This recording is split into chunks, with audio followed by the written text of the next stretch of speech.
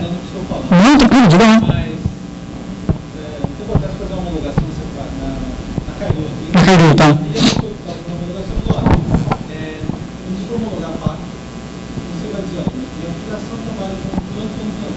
Isso. Então, vai dizer, olha, então vamos homologar nessa impressora.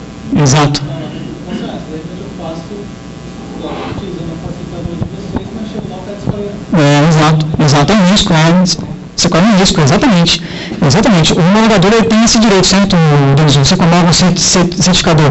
O cara chega e fala assim, o meu aplicativo roda com Daruma e Daruma. Você escolhe qual que ele vai usar, certo? Na verdade, a gente deixa o desenvolvedor escolher o modelo DCF. Ah, tá. No domínio, o cara pode escolher o DCF que ele quer homologar. Pô, legal, né? Então você homologa Perfeito, fechado. Uma outra dica que a gente passa, pessoal, é assim, essa é uma oportunidade muito legal para fazer uma questão de parque de troca, né? Às vezes o cliente tem uma impressora matricial antiga, seja da Aruma, seja de outra marca, e esse recurso só está na impressora MFB, então é interessante essa oportunidade para você poder fazer a troca de parque também. Porque assim, essa questão de troca de parque para a Aruma é importante, não pela questão do custo da venda de uma impressora nova, mas a impressora matricial para o fabricante, você vai entender já o que eu estou falando, tá? É igualzinho aquela tua versão 1.1 do software, você está louco para o cara trocar. Entendeu? É a mesma coisa, você já está na versão 10.9, né? E o cara está na 1.1, sai daquela e quer aquela, você fala, não, troca isso, cara, tem aquele bugzinho, tem isso que eu já corrigi. Então a impressora matricial para o fabricante é mais ou menos assim, o fabricante quer que você use já a tecnologia nova, que já está evoluída, né? Ok? Com todas as tratativas e feedbacks do mercado também, beleza? Então esse é o recurso, pessoal, que nós colocamos antes da impressão para os software houses usarem. Várias empresas já utilizaram, conseguiram fazer a homologação. Tem ideia da quantidade de fontes que você economiza nesses recursos? Gigantesco, né? Ok? Eu tenho um código pronto aqui, não é para a gente codificar em C# hoje, porque a Denise tem informações bacanas para passar, mas eu tenho um código fonte aqui que eu consegui abrir aqui, tá aqui, essa aqui é uma função da DLL, tá? Que nós criamos, Daruma, RSA, criar assinatura, ok? Então você passa lá, tá vendo? Tá lá em cima, RSA/LMFC.txt, a leitura da memória fiscal completa, é um arquivo que o PAF pede, ok? Então nós estamos passando como primeiro parâmetro o arquivo que nós queremos assinar, e tem duas variáveis por referência, que é aquela variável que você passa ela em branco e ela volta com valor, ok? Que é uma para colocar o MD5 e outra para colocar o RSA. Pô, mas por que eu vou ter o MD5 na variável RSA se você não falou que a DLL já vai lá no final do arquivo e joga lá? Não sei, de repente você quer guardar essa informação. Ok? Isso já vai para o final do arquivo automaticamente. Mas a gente devolve para você essa informação em duas variáveis por referência, para que você possa, não sei, guardar, armazenar. Foi gerado esse arquivo, tem um software que está fazendo logo um banco de dados para se resguardar. Gerei esse arquivo a tal hora, com esse MD5 e esse foi o resultado do RSA do MD5. Então a gente te devolve essa informação em variável para que você possa ter isso aí para fazer algum outro tipo de log. Beleza? Joia? Dúvidas sobre RSA, pessoal? Tranquilo? Onde é que eu baixo esse tutorial que eu mostrei aqui? www.desenvolvedoresdaruma.com.br. Tem um link lá do PAF, você baixa, tem esse SDK passo a passo de como é que você faz isso. Outra coisa que nós preparamos também com questão de PAF é do tal da criptografia do GT e do número de série. Vocês vão se lembrar disso, não, ok? É exigência do PAF, e já era em outros estados, que você tem que criptografar o GT e criptografar o número de série. Pessoal, para vocês isso é fantástico, isso é muito bom. Sabe por quê? Quem garante que você não vai homologar PAF, dá um suador, homologa PAF, consegue, faz a homologação, investiu, beleza, aí você instala no seu cliente, aí quando você dá as costas, o cliente dá alt tab, usa um softwarezinho, Mandrake, Furreca, que faz um cupom meio torto lá na impressoria. Quem que garante isso? Ninguém, certo? Ninguém. Aí quando chega alguém para fiscalizar, o cara quer fazer um cupom mais sério, dá alt tab e usa o teu software, ok? Isso ninguém consegue impedir. Entendeu? E quando dá um problema no PDV, até que explique que fosse um pouco na tomada, você já está involucrado, já é chato isso. Entendeu? Então, o lance da criptografia do GT do número de série protege vocês, software houses. Vocês. Por quê? Porque ele vai impedir que você continue rodando o teu software no PDV se aquele GT não bater. E o que acontece se o GT não bater? Uma coisa, o cara fazer um cupom por fora, sem usar o teu software. Perfeito? É isso. Então protege você. Entendeu? A criptografia do GT do número de série protege você. Entendeu? A cada cupom que você emitir, você vai pegar o GT, vai criptografar e guardar. Antes de abrir o próximo cupom, você pega o GT e compara se está idêntico àquele que você criptografou. Se não tiver, pode parar, você não vai fazer o cupom fiscal.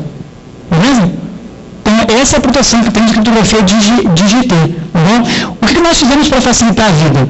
Tem um comando na impressora, tá? Onde ela devolve para você, com base nos seus dados, ela devolve para você o GT e o número de série já criptografado. Ok? Então, quando você perguntar o número de série, você fala, professor, me dá o número de série aí. Criptografado eu quero já, com base nas suas chaves. Ele vai pegar esse GT e vai te devolver já criptografado, mas Brothers.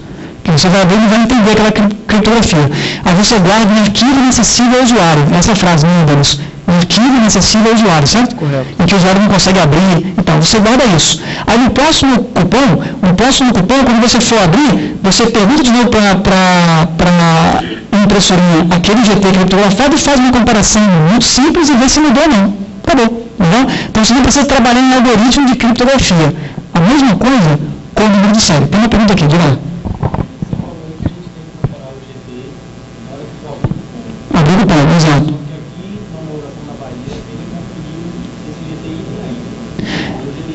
Item. O PAF pede cupom, né? Você entende ali? Na abertura do cupom e ao entrar na tela de venda. Ao entrar na tela de venda, exato. Ou seja, quando abre o cupom, que praticamente entrando na tela de venda, a gente vai fazer uma abertura. Tá estranho isso. Mas será que isso não era roteiro antigo? Porque aqui tinha uma inovação no roteiro antigo e no roteiro novo, entendeu? De repente pode ser roteiro antigo, tá? Que eu lembro que no roteiro antigo tinha umas coisas um pouco a mais do que o PAF, entendeu? Pode ser que seja um roteiro antigo. Se não quer dar uma olhada e mandar um e-mail, de repente eu entro em contato com o Discord de cá, a gente entende como é que está funcionando isso, tá? Porque o roteiro de PAF tem que ser único, tá? Para todo mundo, senão aí fica como estava antes, né? Você está vendo faz de um jeito, Bahia ele faz de outro. Pode ser que seja um roteiro antigo, tá? Diga lá. Nessa questão de criptografia do número de série, existem clientes que fazem prática de troca de impressora. Impressora de backup, né? Legal. Não funciona. Boa, a tua pergunta é boa. Vou te explicar como é que funciona isso. Você tem que ter um arquivo onde contém todos os números de séries habilitados para aquela loja, para aquele CNPJ. E ali pode estar as de backup, ok? Se o número de série naquele momento que você vai abrir não bater, você consulta esse arquivo também criptografado. Se tiver lá, você continua trabalhando. Beleza? Tá bom? Então tem essa linha aí. Na palestra anterior, o Denis deu uma solução que também está prevista no PAF com a questão do GT, ok? Pode acontecer, por algum outro motivo, como seja aquele que eu comentei para vocês, de fazer o cupom por fora, né? Do GT não bater. Ok? Não sei, a pessoa foi para assistência técnica, voltou, o GT já está outro. E aí, como é que eu faço? Ok? Ou então, por algum motivo, mudou o PDV, porque um computador queimou, o caixa deu um problema e teve que mudar fisicamente o PDV. Alguma coisa aconteceu, não aquele que eu estou dizendo de fazer o cupom por fora, de uma maneira normal e que o GT não bate, ok? E aí, como é que a gente resolve isso, Denis? Você pode explicar para nós?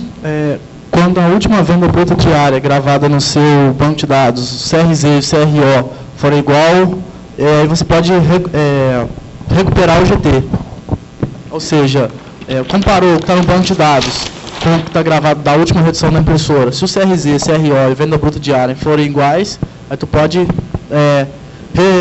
reconstituir o GT.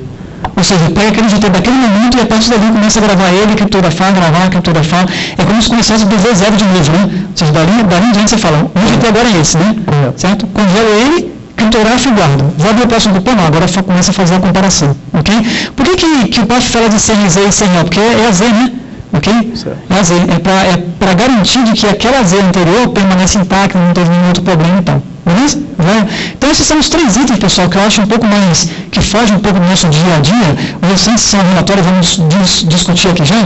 Esses são os 3 itens que a gente está facilitando a vida da Soft House com relação ao PAF. Além da geração de arquivo de AutoCOTEP e tal, que é o nosso manual da DHLP. Diga lá, mestre. O caso que ele falou, a codificação, sofreu um problema na máquina, para formatar,